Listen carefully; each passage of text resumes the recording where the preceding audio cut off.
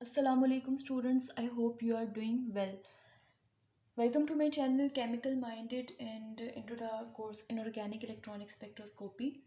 Today we will discuss about the term diagrams of D2 system or in D2 system and another explanation about the D2 ion in octahedral crystal field. Both of these topics are interrelated.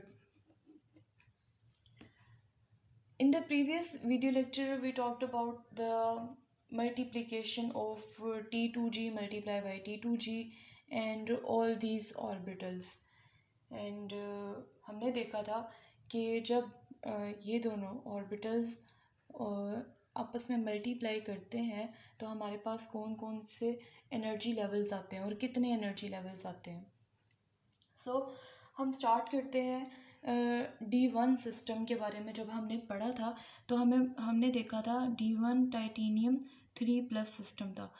D1 system की जब हमने term diagram देखी थी तो हमारे पास term diagram को draw करने के बाद ये पता चला कि वहाँ पर सिर्फ only one band is there for the D1 system, यानी वहाँ पर सिर्फ एक किस्म की ट्रांजिशन पॉसिबल थी जिसकी वजह से हमारे पास सिर्फ एक बैंड आ रहा था. इन D2 सिस्टम जब हमारे पास दो इलेक्ट्रॉन आ जाते हैं किसी भी सिस्टम में, D2 सिस्टम का मतलब है कि इसके अंदर दो इलेक्ट्रॉन्स हैं, 2 इलेक्ट्रॉन सिस्टम है. तो जब दो इलेक्ट्रॉन्स एक से ज़्यादा इलेक्ट्रॉन्स आ जाते हैं तो वहाँ पे इंटर इलेक्ट्रॉनिक रिपल्शंस के चांसेस भी ज़्यादा हो जाते हैं. इंटर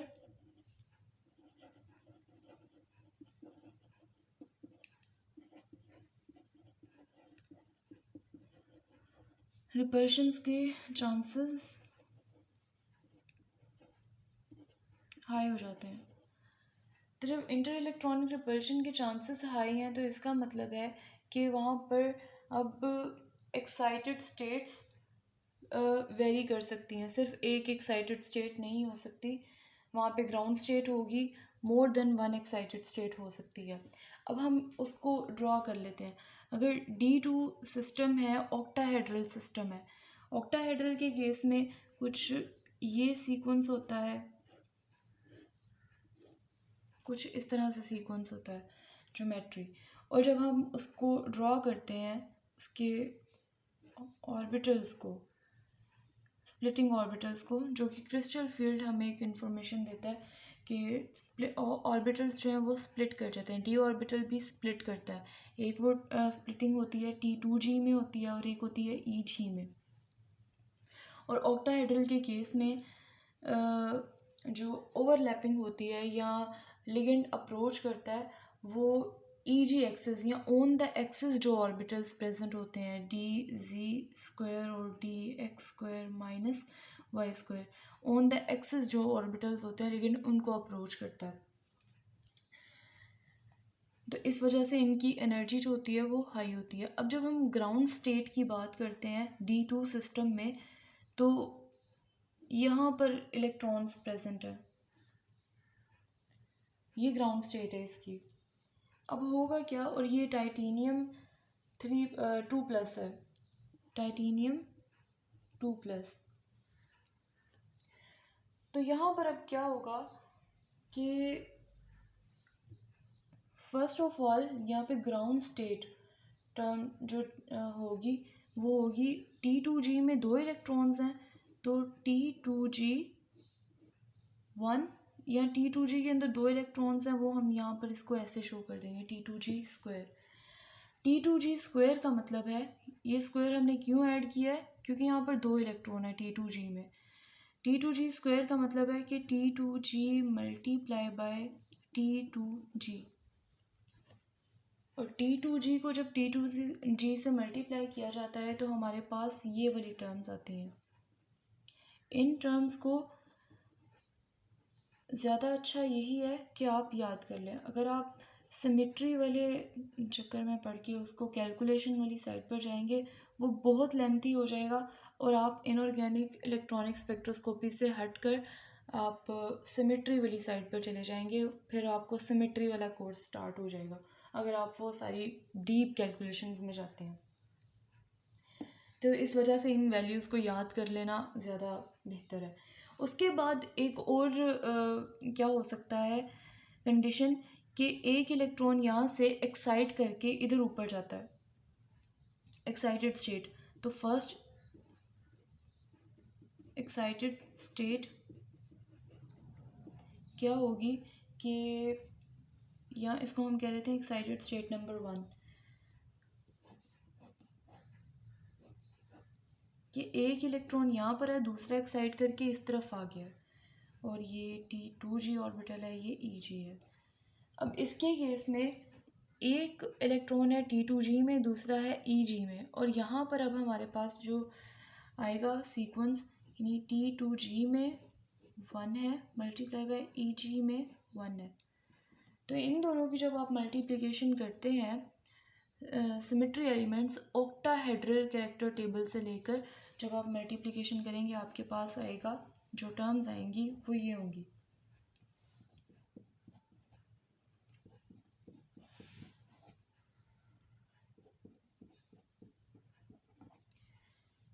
अब एक और एक्साइटेड स्टेट हो सकती है, वो कौन सी हो सकती है?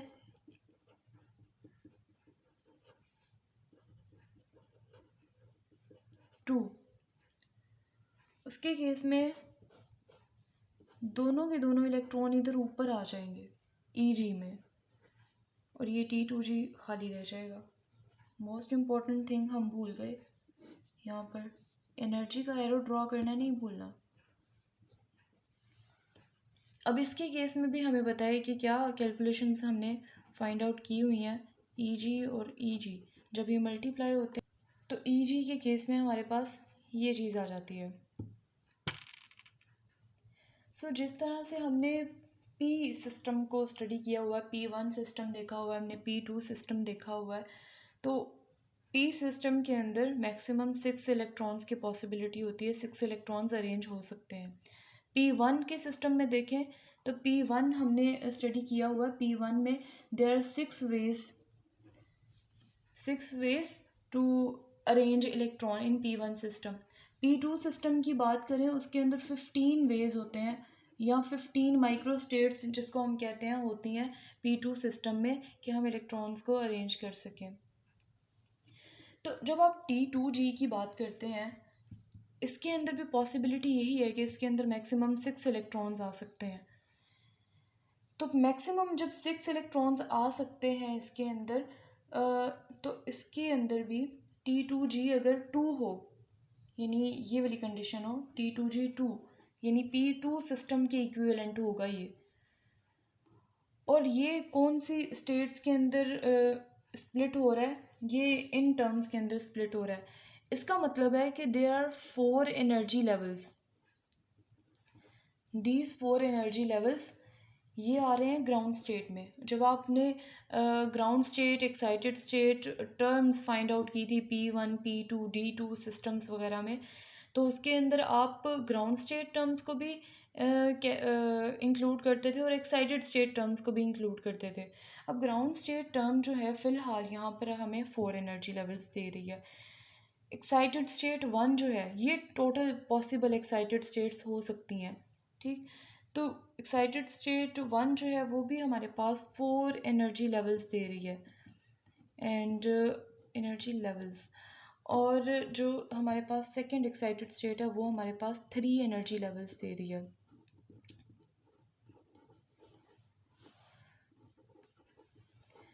तो टोटल ये हो जाएंगे ऑलमोस्ट 4 + 4 + 3 = 11। अगर ये एनर्जी लेवल्स हमारे पास एक्साइटेड स्टेट और ग्राउंड स्टेट को मिला के 11 आ रहे हैं, इसका मतलब क्या है? ट्रांजिशंस हो रही हैं।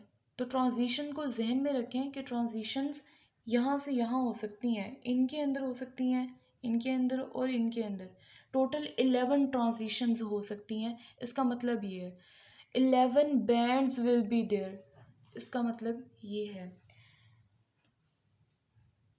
और इन 11 ट्रांजिशंस को एक्सप्लेन करने के लिए सिर्फ़ और सिर्फ क्रिस्टल फील्ड थ्योरी काफ़ी नहीं थी, हमें फिर उसके आगे टर्म डायग्राम्स और कोरिलेशन डायग्राम्स को इन्वॉल्व करना पड़ा, क्योंकि हम ये 11 के 11 बैंड्स को क्रिस्टल फील्ड से एक्सप्लेन नहीं कर सकते.